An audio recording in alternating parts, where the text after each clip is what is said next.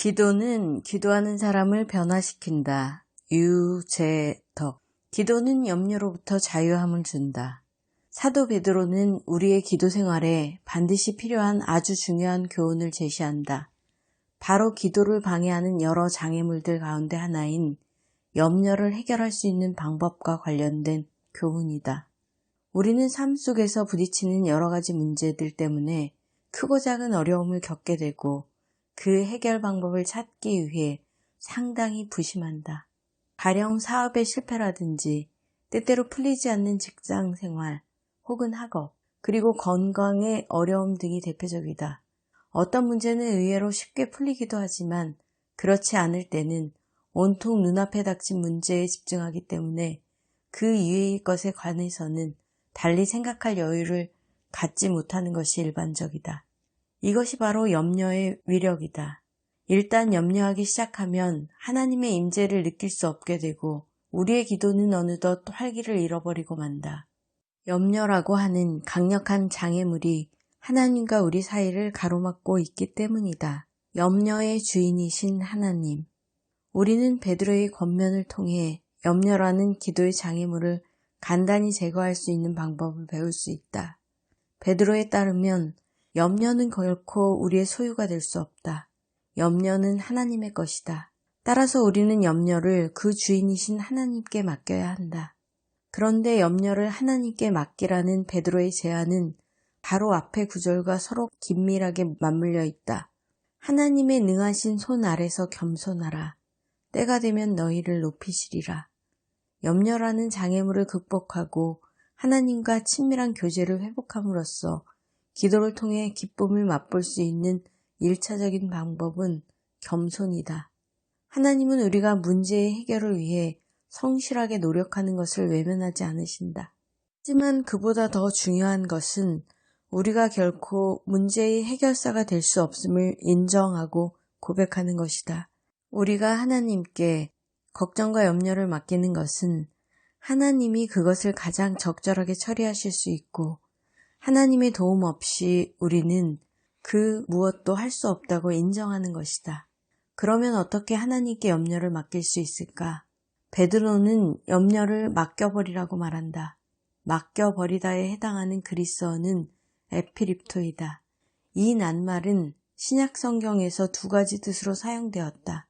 하나는 예수님이 마지막으로 예루살렘 성에 들어가시는 장면이 기록된 누가 기록에서 사용되었다. 당시 제자들은 어린 나귀를 타고 끌고 와서 예수님이 앉으실 수 있도록 겉옷을 걸쳐 놓았다.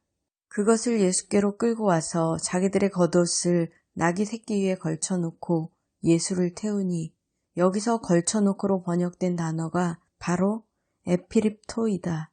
하지만 베드로는 자신의 서신에서 보다 적극적인 의미로 이 낱말을 사용했다. 베드로가 염려를 맡겨버리다라는 뜻으로 사용했을 때의 에피립토는 어떤 물건의 위치를 바꾸거나 내다버리는 것을 말한다.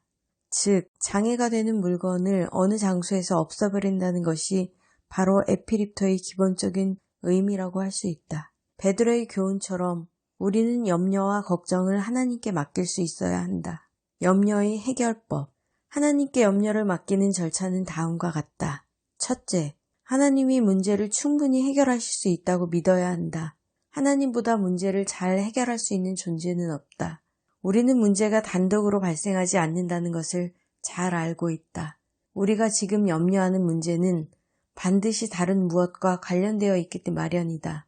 것들을 하나하나 들추어 나가기 시작하면 곧 과거의 삶 전체와 관련되어 있다는 것이 드러난다. 영적 동료나 리더도 이 과정을 감당하지 못하거나 대화에 적절한 상대가 되지 못할 때가 있다.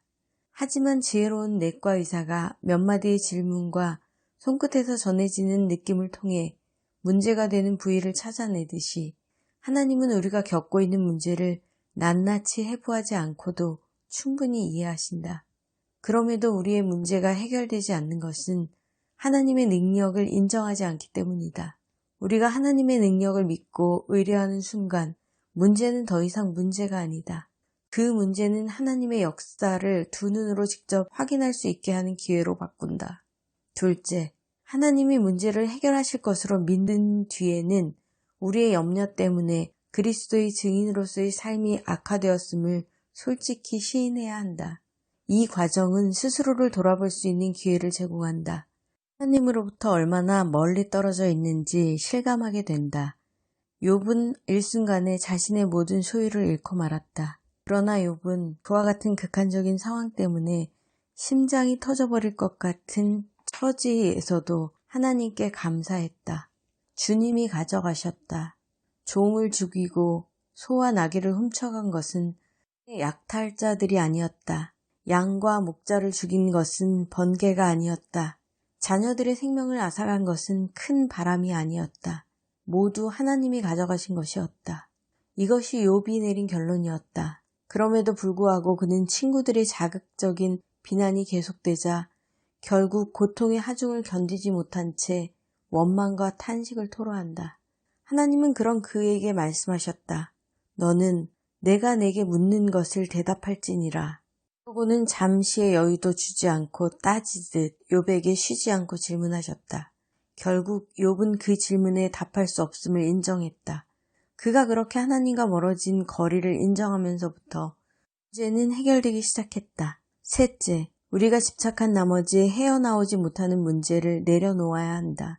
이때 한 가지 유의할 점은 이 모든 과정이 기도를 통해 이루어져야 한다는 것이다. 감당하기 어려운 마음을 진정시키고 하나님과 대화를 나누며 자신의 염려를 내려놓을 때 진정한 자유와 기쁨을 맛볼 수 있다. 우리의 어깨를 짓누르던 짐에서 벗어날 뿐 아니라 하나님이 어떻게 직접 역사하실지 설렘 속에서 지켜보는 여유를 누릴 수 있기 때문이다. 사도 바울의 권면 역시 이와 크게 다르지 않다. 아무것도 염려하지 말고 오직 모든 일에 기도와 간구로 너희 구할 것을 감사함으로 하나님께 아뢰라.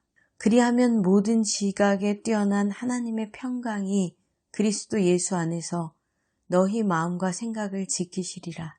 로마의 감독 다마수스의 제안을 받아들여 유대인들의 도움을 받아가며 베들레헴에서 불가타역 성경을 번역한 제롬의 기도 습관은 무척이나 철저하기로 소문이 높았다. 하루는 그가 사막에서 운둔할 때 익숙해진 습관에 따라 기도하고 있을 때 예수님이 아기의 모습으로 나타나셨다. 너무나 감격한 제롬은 이렇게 말했다. 사랑하는 예수님, 마음을 다해 선물을 드리고 싶습니다. 당신이 가장 기뻐하는 것이 무엇인지 말씀하소서. 그러자 아기 예수님이 미소를 지으며 반문하셨다. 하늘과 땅에 속한 모든 것이 다 내 것이다. 내가 내게 무엇을 줄 수 있다는 것이냐? 제롬이 다시 말했다. 하지만 저는 당신을 사랑합니다. 효자라 변변치는 않으나 제게 있는 돈을 모두 드리고 싶습니다. 아기 예수님은 조용히 거절하셨다. 내게는 돈이 필요 없다. 가난한 사람에게 주어라. 하는 제롬은 자신의 고집을 꺾지 않았다. 빈손으로 돌아가시게 할 수는 없습니다. 무엇을 드리면 받으시겠습니까? 아기 예수님이 엄숙한 표정으로 말씀하셨다. 내 가슴을 기쁨으로 가득 채우는 선물을 하려면 내 모든 염려와 죄와 욕망을 내게 다오. 나는 그것들을 위해 십자가에서 죽었다. 그 외에 내게 기쁨을 주는 선물은 없다. 이 일화에서 염려가 결코 우리의 소유가 아님을 다시 한번 확인하게 된다. 유진 피터스는 응답하는 기도에서 기도를 이렇게 정의한다. 기도는 창조의 모습을 회복한다.